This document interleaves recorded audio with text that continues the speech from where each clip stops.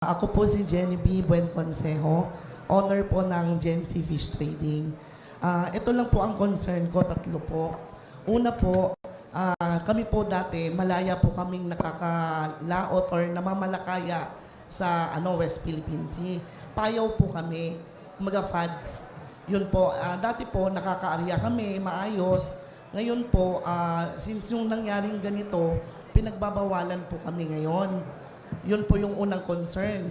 Pangalawa po, doon po sa 30 nautical miles from Scarborough, ang problema po is napuputol po ang payaw namin ngayon.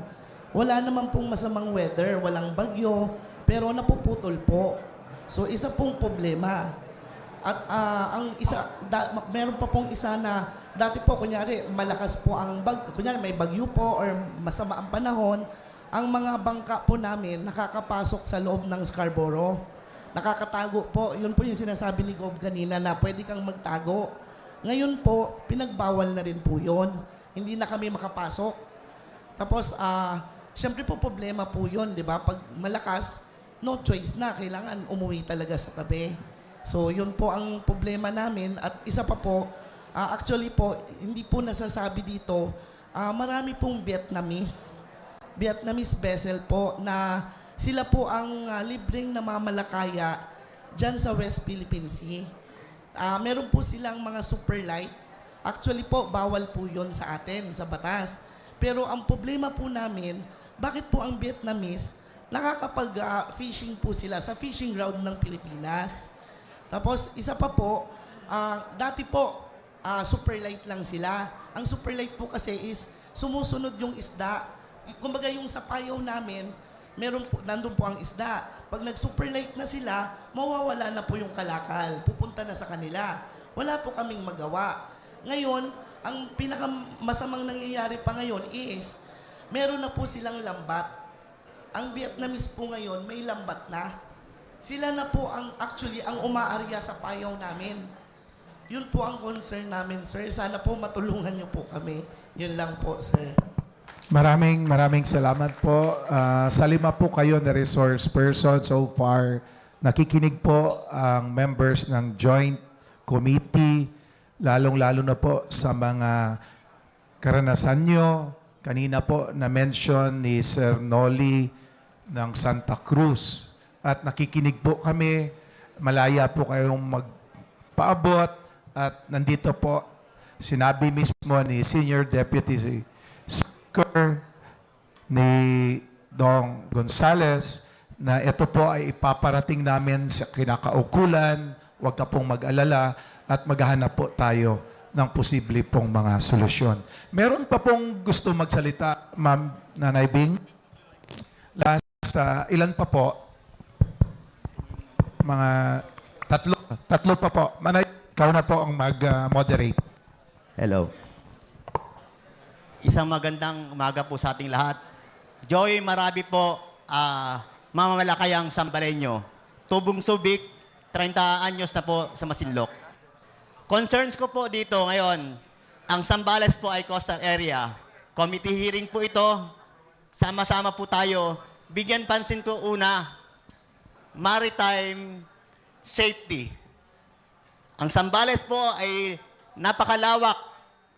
Mula Subic, Olonga po, ang daming barkong pumapasok.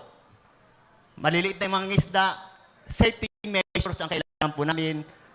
Huwag po tayong maging emosyonal. Maging critical po tayo. Salamat po sa pagpunta nyo rito at ibinaba nyo po ang pamahalaan. Malaking bagay po sa amin yan.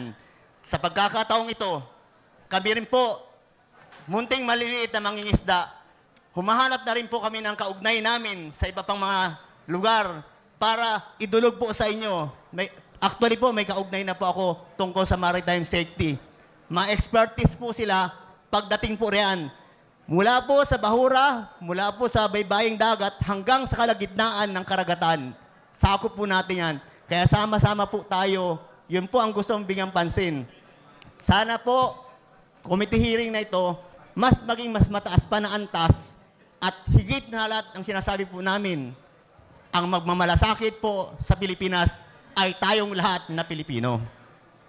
Magandang bagay po lumapit po kayo, sinisiwalat namin ang makasama po namin lubhang marubdob ang kanilang mga hangarin, may para sa inyo ang kanilang mga mensahe. Alam ko naman po at malinaw sa inyo, loud and clear ang sinasabi po namin at marami pa po kaming hindi nasasabi bagamat limitado tayo sa oras. Pero nagtataas kamay po ako sa inyo. Saludo po ako sa pamahalaan. Patuloy po natin gawin ito at sama-sama rin po kami mga mangingisda na palalakasin namin ang aming pwersa sa teknolohiya, sa iba pang paraan. Sama-sama po tayo magtulungan. Sabi ko pa po, pangalawang porsyon, kung kayo po sa Kongreso, matagal na po namin pinananawagan, ang BIPAR ay isang maging departamento. DA, ilan po ano pa bang sektor ang hindi gaanong napapansin? Magsasaka at mangingisda. Napakalawak ng bilang po namin, pero kakarampot po ang pondo. Sana po, sa time nyo po ngayon, kung maaari po, isa rin po sanang bigyan pansin nyo na maging departamento na ang BIPAR. Marami pa po kaming gusto at binibigyan ko ng pagkakataon. Muli po, ang panatag, ang grupo namin, Deltacom. Deltacom panatag po ako at malawak po ang aming mga samahan. Radio at iba pang mga device at teknolohiya, pinag-aaralan po namin kung paano po namin mas matutulungan ang kapwa namin maliliit. Ngayon na rin po ang iba pang nagbibigay ng puhunan. Alalahanin po natin ang nagpapakain po sa ating hapag, kaming maliliit na mag-isda. Magandang umaga po at pagpalain po nawa tayo ng Ama San Andres, patron ng Masinloc, San Andres. Mabuhay po ang Pilipinos.